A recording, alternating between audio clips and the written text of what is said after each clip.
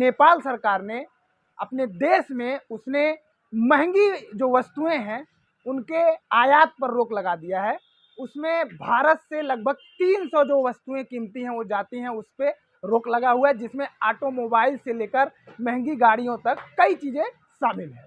और साथ ही आपको बता दें कि जो इंडिया से मोटरसाइकिलें जाती थी उसमें 160 सीसी की जो मोटरसाइकिलें हैं वहीं तक जाएंगी, उसके ऊपर की मोटरसाइकिलें नहीं जाएंगी।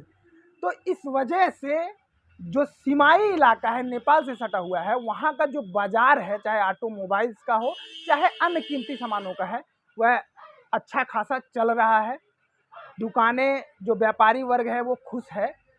आपको बता दें कि वर्तमान में हम जहां मौजूद हैं यह महाराजगंज जिला का नौतनवा नगर पालिका है और यहां से नेपाल की दूरी केवल 7 किलोमीटर है। हम यहां सरदार मोटर्स में मौजूद हैं और यहाँ के जो व्यापारी हैं, इसके ओनर हैं अमरजीत सिंह। उनसे हम जानने की कोशिश करेंगे कि नेपाल में जो आयात पर रोक लगाया गया है उससे यहाँ का जो व्यापारी वर्ग है वह कितना खुश दिख रहा है, या फायदा है या नुकसान है। सर, सबसे पहले तो आपका हमारे चैनल में स्वागत है। Thank you. तो नेपाल में इतने भारी पैमाने पर आयात पर रोक लगाया गया है भारतीय वस्तुओं पर, उससे जो व्यापार है सीमाई इलाकों का, क्योंकि आपका दुकान है यहाँ पर, आप व्यापारी वर्ग हैं, कितना प्रभावित हुआ है, क्या लगता है आपको? ये जो नेपाल में कई सामानों पर रोक लगी है, इसकी वजह से नेपाल के जो कस्टमर हैं वो ज़्यादा से ज़्यादा नौतनवा सोनौली मार्केट की ओर बढ़ रहे हैं और जिससे हम लोगों के व्यापार काफ़ी हद तक अच्छा हुआ है। और हमें खुशी है कि जो नौतनवा पहले आज से 10 साल 20 साल पहले कहलाता था, आज वो नौतनवा फिर धीरे धीरे वापस अपनी पटरी पर आ रहा है, अपने अस्तित्व में आ रहा है। एक चीज़ और हम जानना चाहेंगे, चूँकि सोनौली जो है एकदम बॉर्डर से सटा हुआ है और नौतनवा जो है वो 7 किलोमीटर की दूरी पर है, तो आपको क्या लगता है कि जो कस्टमर हैं वो सोनौली तक ही सीमित है या नौतनवा तक आते हैं, और अगर नौतनवा आते हैं तो क्या कारण है कि वो नौतनवा तक पहुँचते? नहीं, ऐसी बात नहीं है। कस्टमर नौतनवा सोनौली दोनों जगह आते हैं। पहले लोगों की सोच सोनौली तक ही नहीं, अभी जो लोगों का विचार और धारणा हो चुकी है वो हो गई है कि नौतनवा चलो, वहाँ हमें रेंज मिलेगा।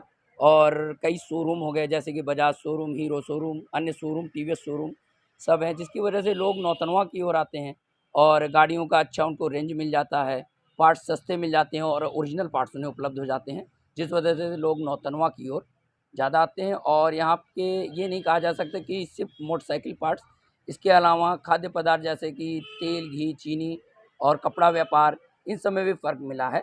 और शायद कई हद तक नौतनवा की जनता इससे खुश भी है और अच्छा भी है ये हम लोगों के लिए, हर व्यापारी वर्ग के लिए। जैसा आपने बताया आप व्यापारी वर्ग हैं, तो आप ऑटोमोबाइल से जुड़े हैं, आपके यहाँ जो भी जान पहचान के होंगे अन्य व्यापारियों से भी संपर्क होगा। आपने बताया दाल, चीनी, कपड़ा, तो वो जो व्यापारी आपसे भेंट होती है, मुलाकात होती है, तो क्या उनका क्या रिएक्शन है कि अगर नेपाल में इन सामानों का रोक लगा है तो उनका क्या आपस में डिस्कस होता है कि भाई फायदा है या नुकसान है ऑटोमोबाइल्स के अलावा? नहीं, व्यापार में तो अच्छा खासा फ़र्क पड़ा है, व्यापार हम लोगों का अच्छा हुआ है। रोज़मर्रा की ज़रूरत की, आवश्यकता के सामान अगर किसी को नहीं मिलेंगी तो उसे मुहैया करने के लिए वो दूर दराज तक भी जाएगा। तो लोग पहले सोनौली तक आते थे, अभी लोगों की धारणा बन चुकी है नौतनवा चलो, वहाँ सामान अच्छा मिलेगा, बढ़िया मिलेगा, इस वजह से लोग नौतनवा की ओर ज़्यादा आते हैं और नौतनवा का व्यापार ज़्यादा अच्छा हुआ है पहले की अपेक्षा में, हर व्यापार।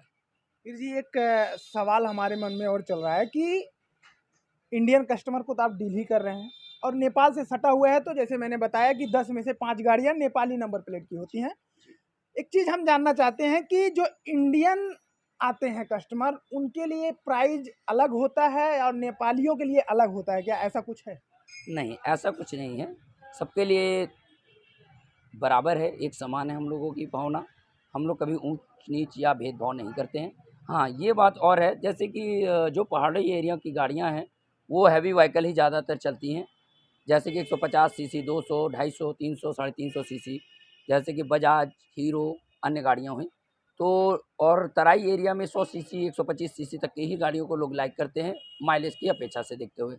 तो वहाँ पे हैवी गाड़ियों का ज़्यादा डिमांड आता है, हैवी पार्ट ज़्यादा बिकते हैं, जो कि हम लोग अच्छे मूल्य पर उन्हें मुहैया कराते हैं, चाहे बजाज, हीरो, होंडा, टीवीएस, हम लोग सभी पार्ट्सों को बेचा जाता है। अच्छे मूल्य पर बेचा जाता है कि कस्टमर हमारा एक बार नहीं बार-बार आए, उसे अच्छी सर्विस दी जाए, अच्छी सुविधा दी जाती है। अगर पार्ट्स की बात की जाए तो एक एग्जांपल क्या आप बताना चाहेंगे कि कौन से पार्ट्स कितने रेट में मिलते हैं ताकि कस्टमर को लगे कि भाई हाँ, वाक़ई में नौतनवा का मार्केट बड़ा हो चुका है? जैसे कि पहले अन्य पार्ट्सों को देखा जाए अगर नेपाल में तो टैक्सेस वगैरह लग जाते हैं और वो पार्ट्स महंगे हो जाते हैं। हमारे यहाँ बजाज के पार्ट्स, टीवीएस के पार्ट्स, इन सब पे लगभग हीरो के पार्ट्स सब दे दिए जाते हैं। इन सब पे डिस्काउंट भी दिया जाता है, 10 से 12% तक का डिस्काउंट कर दिया जाता है हीरो, बजाज, अन्य पार्ट्सों पर, जिससे कस्टमर हमारा संतुष्ट रहे और बार-बार हमारे पास आए, हमें सेवा दे का मौका दे। हमारा आखिरी सवाल ये है, हम कोरोना काल को भी जोड़ना चाहेंगे। कोरोना काल की स्थिति भारत में क्या थी, आपने भी देखी। सबसे ज़्यादा अगर नुकसान हुआ तो व्यापारी वर्ग का हुआ। कोरोना काल के बाद से अभी व्यापार कैसा चल रहा है? कितने संतुष्ट हैं व्यापारी वर्ग? कोरोना काल के बाद से व्यापार एकदम चेंज हो चुका है। पहले के व्यापार और अब के व्यापार में बहुत ही चेंजिंग आ चुकी है, लेकिन हाँ, कोरोना काल के बाद से अब व्यापार हम लोगों का पुरानी पटरी पे फिर से वापस आ रहा है और हम खुश हैं। सारी जनता खुश है, सारे व्यापारी वर्ग खुश है।